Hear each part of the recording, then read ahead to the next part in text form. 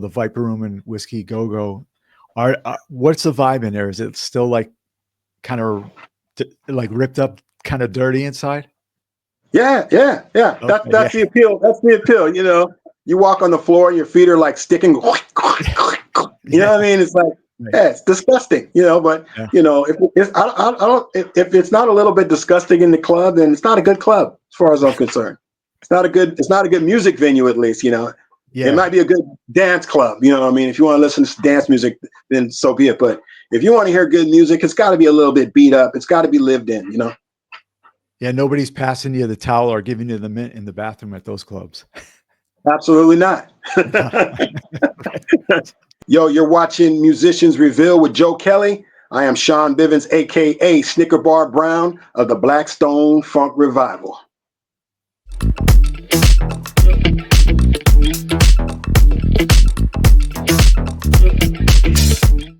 Welcome to Musicians Reveal. We are in store for a great conversation today. A premier funk and roller from the Bay Area, Mr. Shaun Bivens, the leader of the Blackstone Funk Revival, has just put out a smoking EP. That's right. He's excited. A nice EP, Blue Tears, and he primarily worked on it all himself, plays all these different instruments.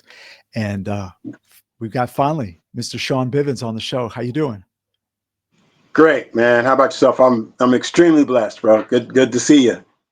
Yeah, and it's great to have some music that we grew up loving and the feel to it. I mean, you got your original spin to it, but you got motifs of other different flavors in music. This particular record, you kind of went into the studio by yourself and laid down almost everything, right? Yeah. With the guys, it's like everybody is kind of spread out far, Mm-hmm. So sometimes I'll just get an ideas and I just go in there and just knock it all out. And then, I give it to them and say, hey, what do you guys think? If they say, hey, this song is trash, then, it don't make the cut. You know what I mean? But, this one, I think I kind of nailed what I wanted to do with it, What do you usually write on to start? Or it depends? It depends, like the ballad we just did. I did that on bass first. I had my kids we were hanging out with my kids, and I was just sitting around noodling on my cheap bass. I got this old Squire bass. It's like $100 bass, right. And I just dicking around on that thing, and then I was like, man, it's a cool little bass line, and I kind of built everything else around that. And then the chorus, the hook came after the bass and the drums, and then all the piano line and all the other synth parts and guitar parts came after that. And speaking of guitar parts, we mentioned off air about the doubling up on the guitars. I mean, on the record, is there a difference with the different guitars? I'm not a musician, so you tell me when you guys are playing it together. When we're playing it together, yeah, you're going to hear on the record, you're not going to hear that much of a difference, okay, because it's just me and I'm using the same amps and stuff like that. But what's cool about it, live, my other guitar player, Derek, he plays a Strat, and those Strat pickups, are a Stratocaster is very a distinct sound, and I play a guitar with, a couple of humbuckers, and it's a Fender too, but it's a supersonic. So it's got more of a warmer, it doesn't cut the same way. So when you hear them together and you're playing like a harmony part, like we do, and you're harmonizing on a guitar part, it really has this nice big open, sound to it. Yeah, it's great. I'm sure you guys, every night is different when you play on stage with that song. Yeah. We don't like once we get past the second chorus, we do whatever we want to do. That's right. And you give the signal somebody else can take over after. That's right. Yeah. I take it Derek's a big Prince fan too. Does he still have that Rude Boy sticker on his guitar? Yeah, absolutely, man. Everybody is like Prince fans and lovers of God. The whole band is like, we're all like men of faith. We're all Christians, and we're all like Prince heads. So that, like, go figure. How did that happen? That's just God working right there. Hey, how did you decide to tackle Breakdown by Prince, the Breakdown, which is one of the later albums that he had? I mean, the falsetto really in fine form for you there.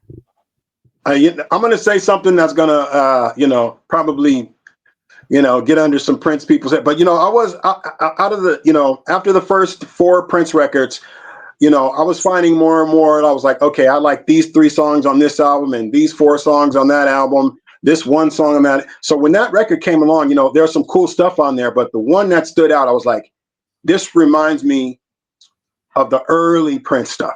This reminds me of, Do Me Baby, that whole Prince slow jam, Scandalous. It had something about it that reminded me of when I first fell in love with Prince's music. So when we cover Prince stuff, sometimes we play with bands that are tribute bands. So we don't want to, we don't want to do the same stuff that everybody else is doing. We're not going to touch Purple Rain. We're not going to touch any of that stuff like that. So we kind of dig in the crates a little bit, and that's one of the songs that stood. I was like, man, we should do this song. And everybody was like, heck yeah, we love that song. Did you see him do in Montreux the version? No. Yeah. You should pull that up. I did. Yeah, the festival, right? Yeah. That's Yeah, great. yeah. Like three nights. Yeah.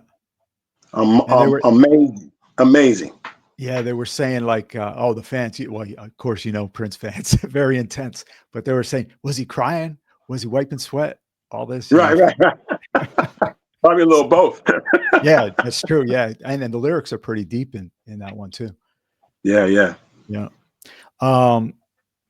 I was. You were mentioning with being on the same bill with some Prince tribute bands. I think I read a comment. They must have been a big supporter of the Prince tribute bands and saying, I don't know if you saw it. They said, how could you play Prince songs with your band when we're the band or they're the band?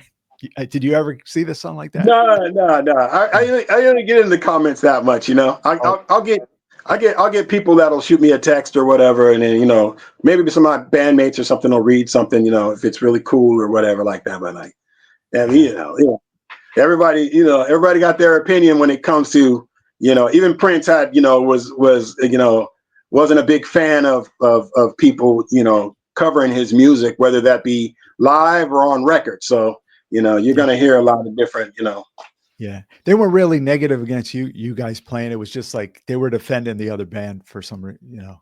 Oh, okay. Yeah. So Blue Tears, the EP contains 6 songs, right? 6 songs, yeah. Yeah, and where's the best spot that people can purchase it?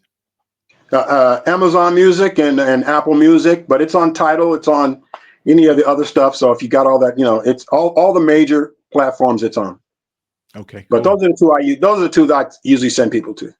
Right, and that's Shaun Bivens' band, the Blackstone Funk Revival, which the previous album, Funk Shui, man, you got some good titles. Yeah. Thank you, sir. 50 Shades of Funk. You got another great video on there for yeah. That was a fun video to shoot right there. Let's talk about affiliation with the Prince and the Revolution, and Dr. Matt Fink contributes. Yes. It's Live in Love. Life and Love, the remix version. Yeah. Okay. How'd you get affiliated with Doc?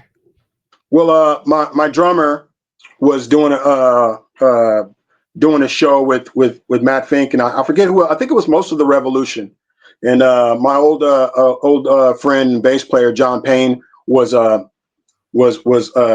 jamming with the Revolution there for a while. So he called my drummer and had him come in, and I guess him and Matt Fink became like good buddies, and they talk and they text or whatever ever since then. And that must have been probably I don't know, maybe 15 years ago, but they've kept in touch. But when we got the Blackstone Funk Revival off the ground, we had this song, the Life and Love song, and it had a guitar solo in it, and I was like, oh, guitar solo is cool, we got a lot of guitar, but what would be really cool if we had Dr. Fink on here. And I was just kind of mentioned it in passing to my Tony Providence, my drummer, and he was like, you know what, I'm gonna send it to him. I'm like, oh, that's right, dude. So he sent them the song, and literally like 2 days later we had this insane shredding going on. I mean, it was a long piece of music, but he was like, chop it up, and make it fit, and man, it came out perfect. Yeah, really nice guy. He's got Starview Studios in his home, like still creating over there. Yeah. Yeah. So yeah, it sounded great, man. We were very stoked. You know, like my 16-year-old self was just like jumping around like a kid, listening to it. You know, in the studio mixing it. You know, Yeah. Talk about, those young years. When did you first start falling in love with the Minneapolis sound? Do you remember? I'm going to say about 12, 11 or 12. Okay. My cousin Vicky Hurd, when I was living in East Oakland on 42nd Street, and I think she had the For You album, and then the Prince album. But when for me, I liked Soft and Wet, and I like songs like some child Bambi, because I started playing metal and punk first. So when I Right. heard Bambi, I was like, oh, this dude's the truth, right? But Right. when Dirty Mind came out, it was over for me because I'm a big fan of everything that sound really encompassed. Controversy and Dirty Mind. I go back and forth between those records, which is my favorite. So Mhm. you had the synth pop thing going on there. You had elements of that in there. You had very heavy funk presence and a rock presence, and then you had this beautiful falsetto and screaming going on with the rock. So all of it was like, for those records, I mean, like, that's when as a musician, I was just like, man, this is insane. He's got it all covered. Yeah, I think my first single from Prince was Uptown I bought. So I and love then I that got song. and then I got controversy for Christmas gift from my mom, and I started playing it with the door closed, and the Lord's Prayer came in, and she was like a really devout Catholic. I get the Right. knock on the door. She's like, "What's Uh-huh. going on in here?" It's just like, are you finally converting, Frank? Thank the Lord. I didn't show her the crucifix in the shower scene on the pull-up Right. You're poster. like, no, no, no, no, no, no. Yeah. Yeah, yeah. So, yeah, those were great times discovering music, and you had to get the next record. Always excited what he was Yeah. putting out. Yeah, yeah, Yeah, and he was always pushing the envelope, and I think he was all about challenging himself. Not to say, even though that a lot of us want him to stay in the same lane, because we love a particular era or a particular sound that he was making, but for him, he was always pushing the envelope with himself. You got to yeah, respect him. yeah. And there's probably more than half of the music still in the vault, getting digitized and fixed up, and Man, some man, gems. Yeah, can't wait, can't wait. yeah. He's got a couple of my radio shows in there because he requested them, so I sent them up there. So I don't Oh, think it's on nice. the I don't think it's on the high priority list from the fans to release, but they were in the vault. Yeah. Awesome. That's Yeah. beautiful. Yeah. So you come from the Bay Area. Were you Mhm. born there? Yeah, yeah, yeah. I was born in Castro Valley, California. I spent a week there, and then went right to East Oakland. My parents had a little house on Seminary in East Oakland, and that Okay. was our first house. And then we bounced around. Then we went to Hayward, California, and then San Leandro, San Lorenzo, Castro Valley. So we bounced around, but then out to Tracy, California, Central Valley, and then back to Hayward. And you know, I'm on the peninsula now, which is like 20 minutes outside of San Francisco, 25 minutes outside of San Francisco, Mhm. and right in the middle between San Francisco and San Jose. So I'm like right in the middle of it. Well, how's the BART system? Bart's good. Oh, Bart's okay. good. Yeah, we live in Yeah. a good spot. Me and the wife, because we're like, the airport is 5 minutes away. Okay. South Bay is 30 minutes away. San Francisco's 30 minutes away. East Bay's 15 minutes away. So we're like, and then the coast is another 30 minutes if you want to go out to the beach. So we're like right in the middle. Yeah, that's ideal location. Yeah. Yeah, yeah, yeah. Yeah. Just, so much musical tradition, and recently so much key losses, Dwayne Wiggins and Sly Stone, and Yeah, you know, yeah. so Yeah, some of those Dwayne's a players, buddy of man. mine. Yeah, yeah, Yeah, I'm sure they influenced, your musical style, right? absolutely, absolutely. Yeah, and when I was in the mid '90s, I was playing guitar for Larry Graham, and our band would open up for Larry, and then our band would become his band. You know what I mean? And Okay. then Yeah. this is when Larry was playing with Prince, so we got to hang out and catch some of that firsthand and see some. But Dwayne was always around. This is and he had his own band. So me and Dwayne, I got good pictures of us jamming and having a good time together. And we always cross paths over the years. And he was probably about 7 months ago now. The artist, her father throws a party, and he threw a party and had all these Bay Area guys, some guys from Sly and Family Stone, myself, Dwayne Wiggins, and a bunch of us, in the backyard, just with like kids, bunch of Right. amplifiers, drum set. And we just all got to jam, and I didn't know he didn't tell anybody that he was even sick, so I hadn't seen him probably, in, maybe like 3-4 years before that, but, we got to jam that one last time, man. And it was really cool to see him. Yeah, and thankfully they reunited for a full out tour, the two brothers and Yeah. cousin. Yeah. Yeah, so yeah. Yeah. I Bay I Area is saw really small, man. Really small, but yeah, a lot of talent comes out of there, and yeah. it's mainly because of the church, So, Okay. you got, Prince's old drummer, John Blackwell, Yeah, he's Rosie, yep. you got cats like Thomas Pridgeon. You got all these different, superstar musicians that come out. Prince was always digging into that well of Bay Area musicians. Yeah, Rosie Gaines, she's been laying low for various reasons, but we wish her well and, Absolutely, absolutely. amazing, amazing talent. Yeah. Yeah. Did you go see the Minneapolis acts and Prince live in concert a lot? Yeah, over the years, I probably started going when I was, I don't know, I want to say freshman in high school. You know, Mhm. uh, caught the Purple Rain tour, then, Love Sexy, which is one of my favorite records. Caught the Mhm. Love Sexy, and I, Sign of the Times. So I've seen him probably, 5 or 6 times over the year, but we did catch him on the piano tour, the last tour, probably, maybe a month or so before his passing.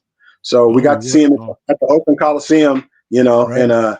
I'm like, I want to see him with the whole band, 2 keyboard players, a couple guitar players. I want to see the whole thing. But my wife talked me into it. She's like, no, let's just go check it out. It might be cool. Yeah, I think he had the Hit and Run album out at the time. Mhm. And man, it was amazing. Just one dude, and he came out riding on the side of the stage. He was riding a bike. Yeah, Like a little mountain bike or something, and he right. had on these tennis shoes that were lighting up in the back. Those little light up Yeah, shoes that the kids yeah, wear.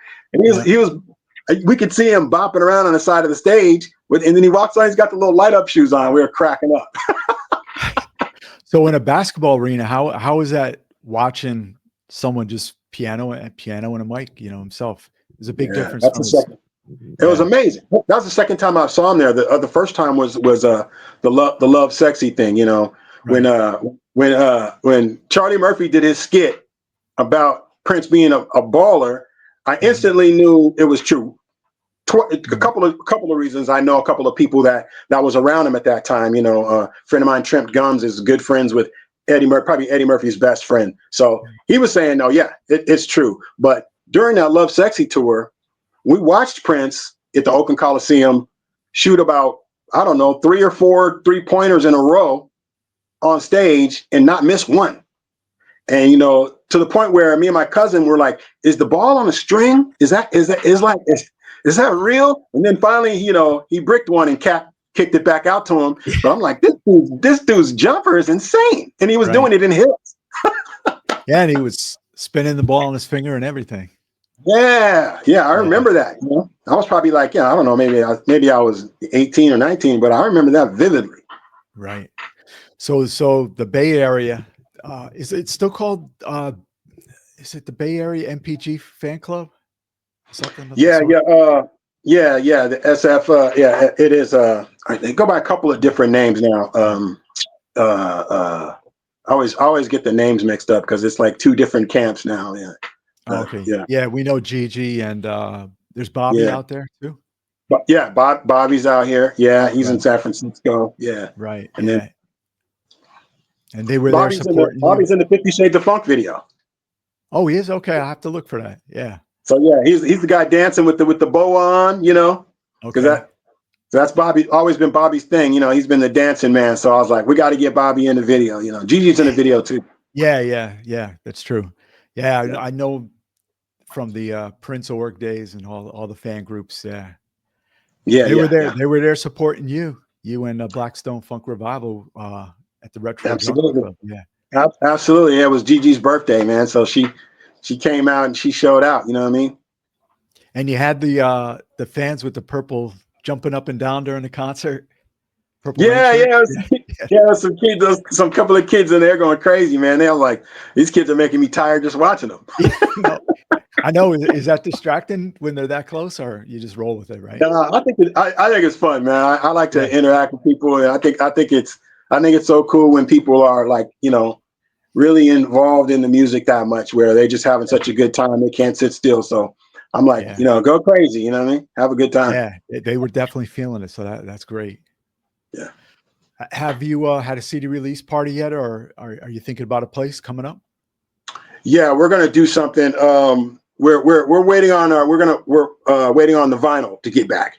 So Oh, okay. we're gonna keep it real. We're gonna keep it real 80s, and we're gonna get vinyl and stuff like that. So I know we got a couple of things booked, but I don't think we'll have the vinyl in time.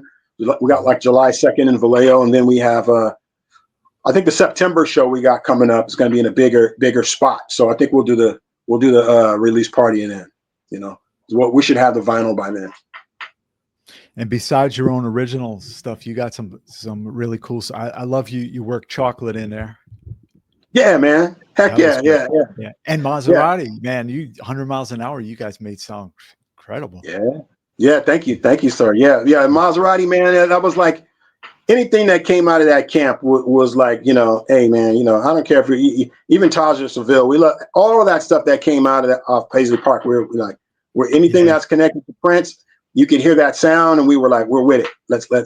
But that's the stuff we like covering, because everybody else covers everything else. So it's no yeah, point for us to do it. We'll right. do She's Always in My Hair or something like that, which a lot of people don't do. Yeah, as soon as you played it, my wife's first reaction. That's one of my favorite songs. Right.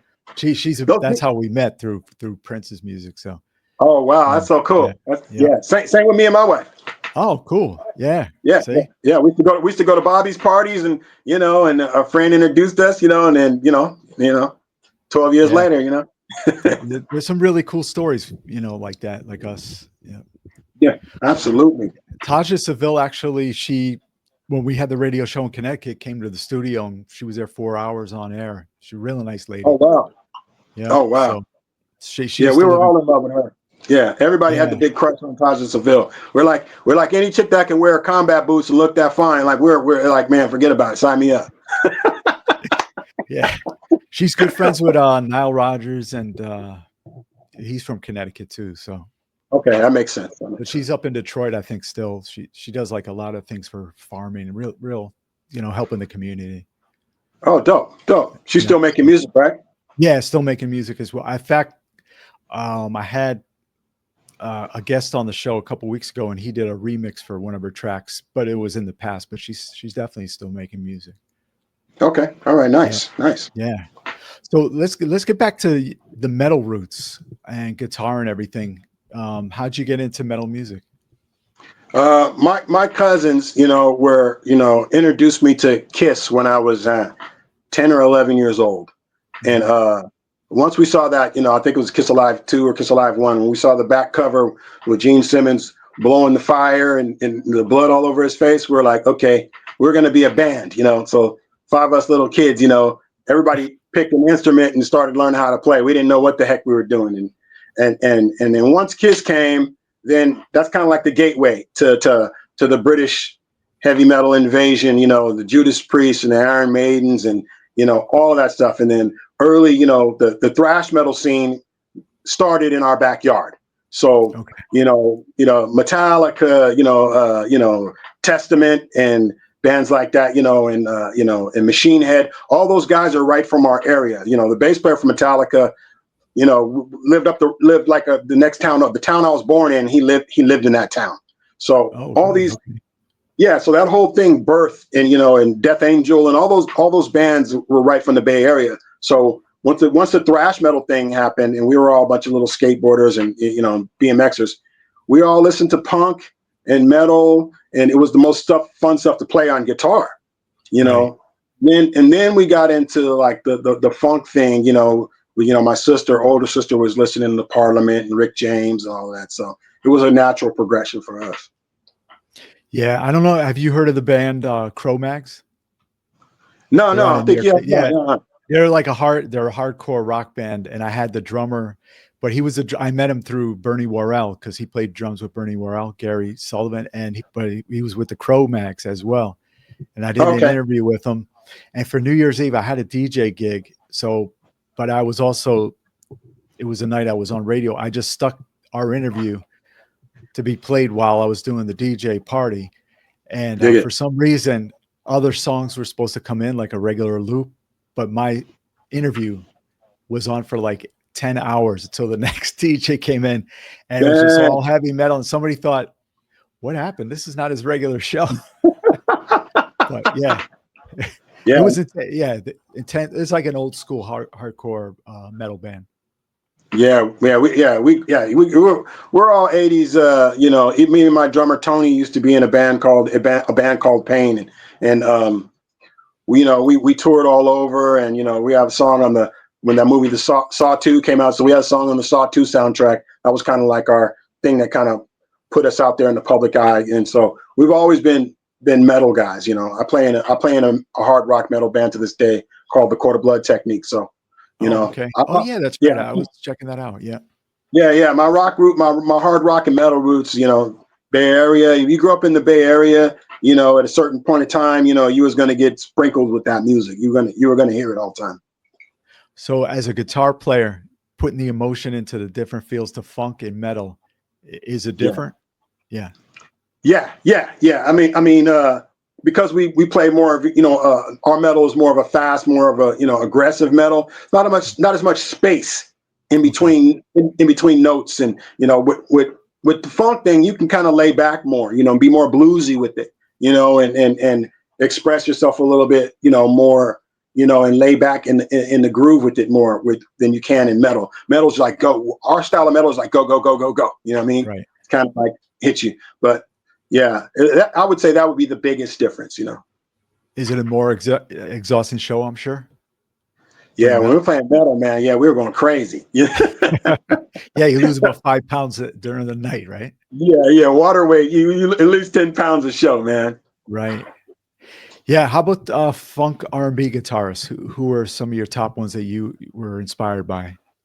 Man, Eddie Hazel, the Kid Funky Dog, Jesse, what I mean? There's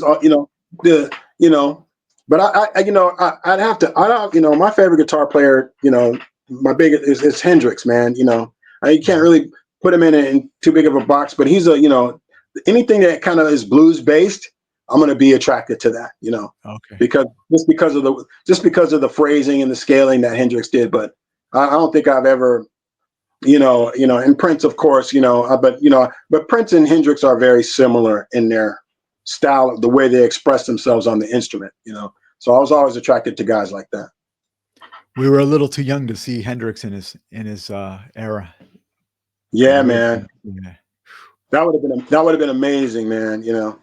I've, I I, worked at a music store, and this old hippie guy used to come in all the time, and he was like, "Oh, what's your favorite guitar player?" I told him, and he's like, "Man, I got something for you." So the next time he came in, he brought me a print of Hendrix in Berkeley, and he took taken all these pictures back then in the '60s and the early '70s of Hendrix and Janis Joplin. So he gave me actually, hold on a second, 35 minutes away, 40 minutes away from Berkeley. Okay. It's right next to Oakland. So Yeah. Hey, we got to give props to a mutual friend, Paul Altamirano of Funk Clone Radio. Yeah, he's been supporting you, support our show, and introduce us. And talk about Paul and his support for your music. Yeah, Paul reached out to me on Facebook. Probably when did the Funk Shui come out? Man, it's been like 5 years ago. Right. And he was like, "Hey man, would you mind me featuring some of your music on the station?" I'm like, "Absolutely. Anything you need from me, man, drops or whatever." So that's kind of like how we started, connecting. And then I do a project also called Shawnee Be Fresh, is like a throwback hip hop project, because I used to be a b-boy and a popper and a breaker, which was big out here in the Bay Area too. Right. So he's a fan of that as well. So ever since then we've been like buds. We chop it up on the phone. But what a great guy, man. He just he's really a lover of the music. We can sit there. We're like me and you. It's like we can sit there and talk about music all day with that. Yeah. Yeah, definitely. And the cool thing, I'm sure people you hear saying, "Oh, there's no good music out there." No, it's shows like Funk Clone and your own music, people who are in their prime making music, and he's showcasing them. So Yeah, you just gotta dig for it a little bit more, man. It's like yeah, anything. If you're looking in corporate spaces for funky stuff, man, it ain't gonna happen. I know. So is there a difference? Do you get down to LA to see some of the funk, or you stay up No, in? I haven't been down south in probably about 5 years, 6 years. I need to get back down there, and we need to play. We need to get out and hit the road with the Blackstone, and Mhm. even with the Quarter Blood Technique, we need to get out and start moving around a little bit. We gotta wait for things to settle down south, man. 1 minute it's on fire, the next minute you got riots. You know what I'm saying? So we gotta, I got trapped in L.A. back in '91 or two during the Rodney King riots.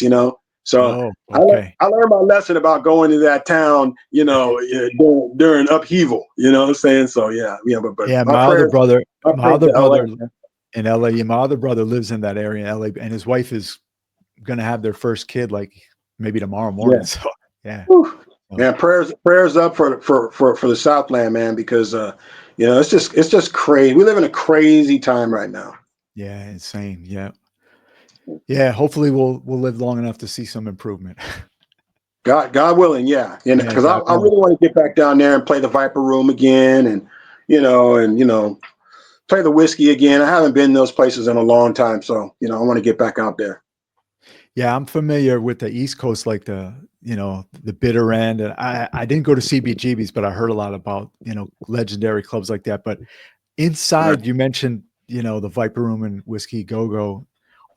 What's the vibe in there? Is it still like kind of like ripped up, kind of dirty inside?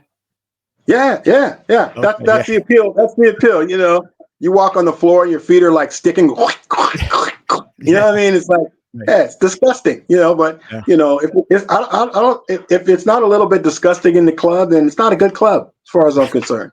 It's not a good music venue, at least. It yeah, might be a good dance club. You know what I mean? If you want to listen to dance music, then so be it. But if you want to hear good music, it's got to be a little bit beat up. It's got to be lived in. yeah. Nobody's passing you the towel or giving you the mint in the bathroom at those clubs. Absolutely not. No. You got to step over people, that are passed out on the floor. Yeah, yeah. It's like, but they everybody wants to go visit and play at those places at least once. Yeah. Yeah. We played it. We also played I'm trying to think of the name of the club. Man, it's right across the street from the Viper Room. It's the same club that Cheech and Chong, when they did the rock fight. I'm trying to think. I always forget the name of it. Uh-huh. But we played there when I played with the band called Pain, and I remember us pulling up in our cars with all our gear, and I'm like, we're going to a rock fight, because it's the same club where Cheech and Yeah. Chong performed. I was like, I've made it now, man. Yeah, that's right. Yeah, those records growing up hearing them, they were definitely fun. Absolutely. Yeah. So were you a big collector of vinyl? Still are? Yeah. Oh yeah, Yeah. still am. Yeah. Right. So yeah, we're always Shawnee Be Fresh is always releasing vinyl and stuff like that. But I come from the old school hip hop DJ Yeah. era. So I was a DJ in high school, and I was DJing all the high school dances and stuff like that. It's called me Dr. Scratch. So I Right. was Oh, I wow. was always was into all that vinyl, and I still it's a warmth of the analog, that you really can't get in any other medium. So I still listen to records all the time. Yeah, I did mobile DJing too, the parties like that. And it's the worst part is like lugging the equipment.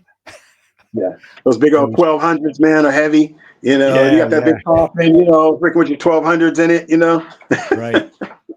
Yeah, it's like when you were DJing back then, was it people bugging you the requests and the drunk customers? This That is why happen I often? stopped. Yeah. This is Oh, why I okay. stopped. Right. I would I would DJ at high school, and every little girl would come up and they want, play Madonna. I want to hear Like a Virgin. I'm like, sorry, we don't do that. We're playing. You want to hear some Planet Rock? We got you. Right. Yeah, that's right. I got the vinyl of that somewhere in the closet over there still. Yeah. There you go. Yeah, Yeah. I catered strictly to the b-boys. I didn't care about pop music, and I would play some Prince and stuff like that, but I didn't care about nothing else. But like if kids weren't spinning on their heads while I was in the mix, it was a failure. Wow. Were you a big fan of Soul Train watching? Absolutely. Yeah, Yeah. yeah. I was a fan of Soul Train, but even before that, when I remember being a little kid, I used to catch that Don Kirshner's rock concert. Oh yeah, yeah. And Right. the midnight special. I think that's where I first saw Prince. Was like on one of those late, 1:30 in the morning or something after Benny Hill. Yeah.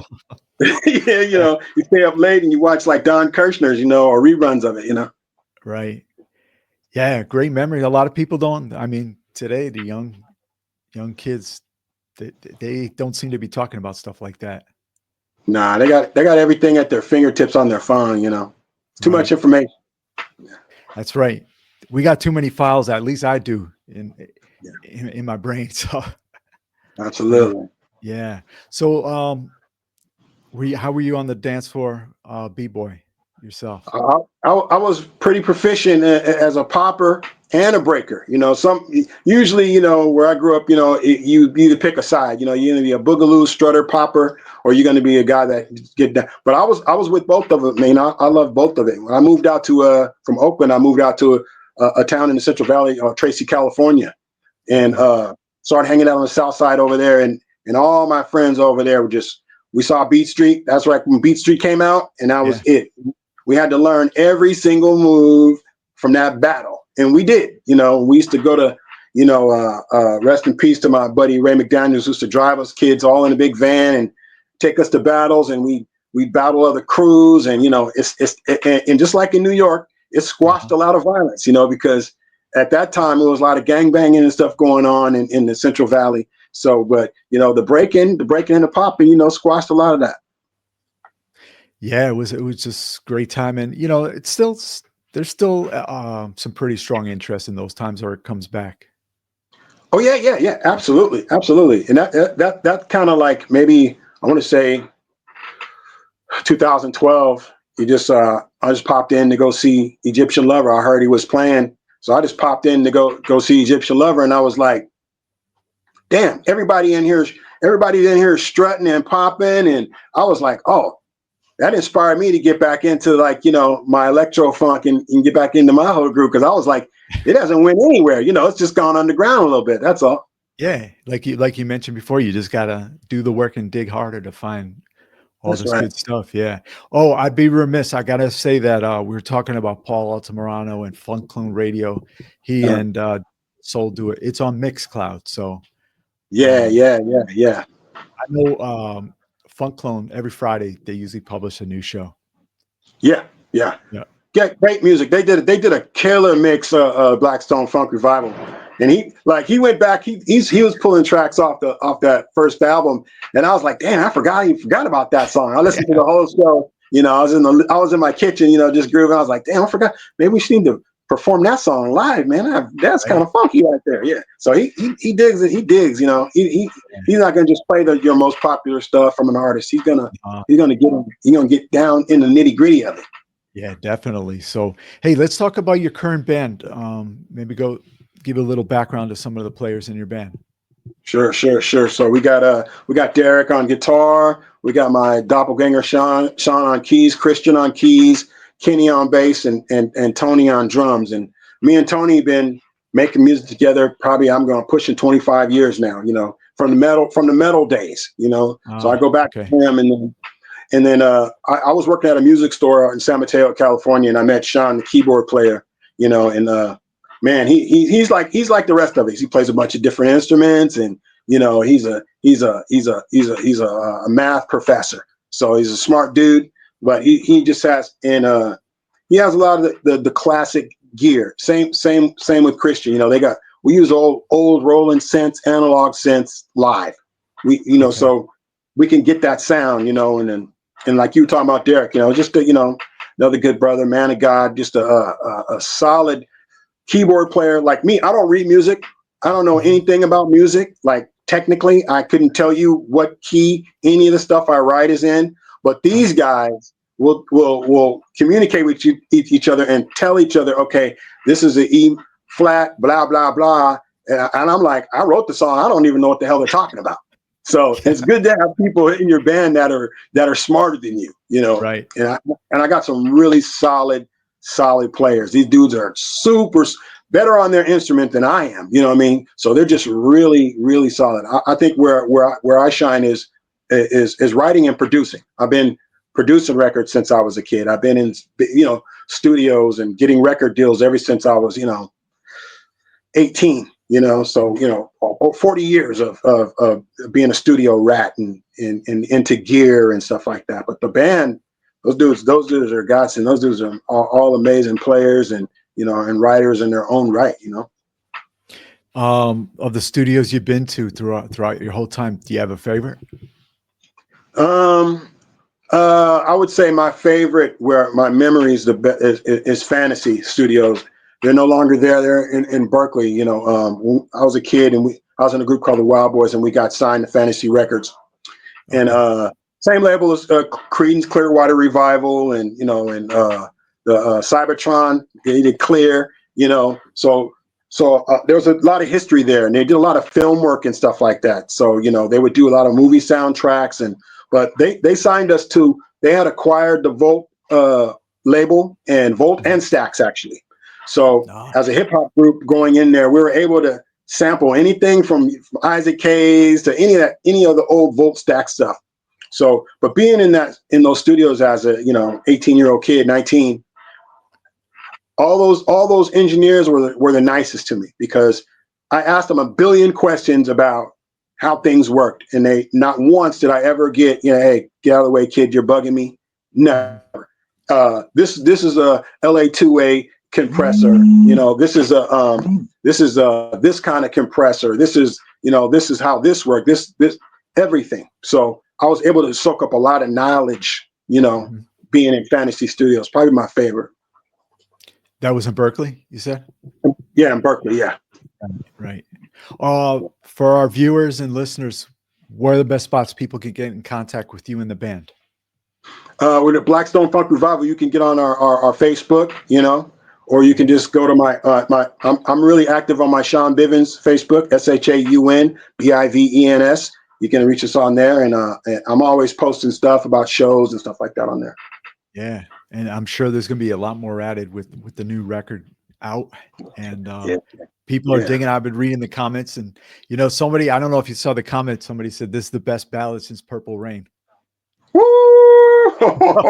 You could read that one. That's crazy. Say, but you got a super fan out there. It's a really nice song, you guys, man. Thank you. I wouldn't just say it's like a Prince.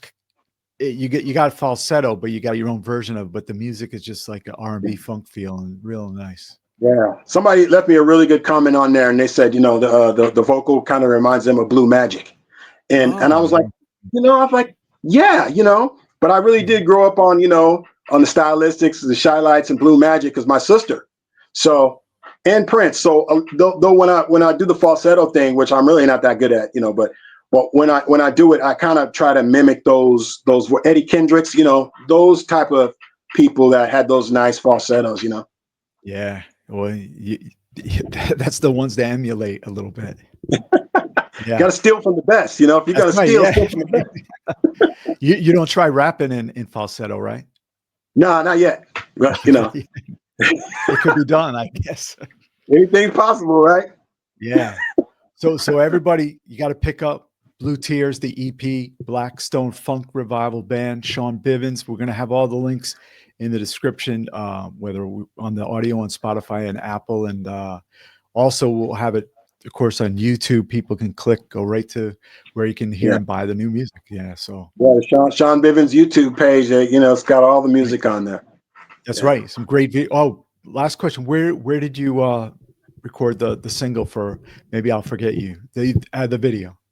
The video, we did it at my buddy Rick Hayes' club. It's not, the club's closed now, but he had a club in the Tenderloin in San Francisco, and he's a guy. He has a club for like a year or two, then he moves another spot and has it for a year or two, moves another spot. So he was like, "Hey, you know, come in. You guys want to use it? Come in and shoot." So we shot it. Yeah, right in the thick of I think Eddy Street in San Francisco. It's wild down there. You know, it's crazy down there. But you know, I we don't. got, Yeah, we got it done. Yeah. yeah. I only went to the nightclubs. I don't know how people do. Managing and licensing and craziness. Yeah, Yeah. yeah. You got to have friends. You got to be friends with everybody. You know, in order to survive in that industry. You know. Right. So thanks, brother, man. It's been great to have you on, and the first of hopefully many times. Hopefully we still all got a God, lot of years to talk about music. yeah, God willing, and God bless you, bro. I really appreciate your time and the platform, and thank you so much for having me, man. And I just I hope we get to do it again sometime soon, man. Yeah, we definitely will. So Shaun Bivens, Blackstone Funk Revival. Thanks, brother. All right, peace. God bless.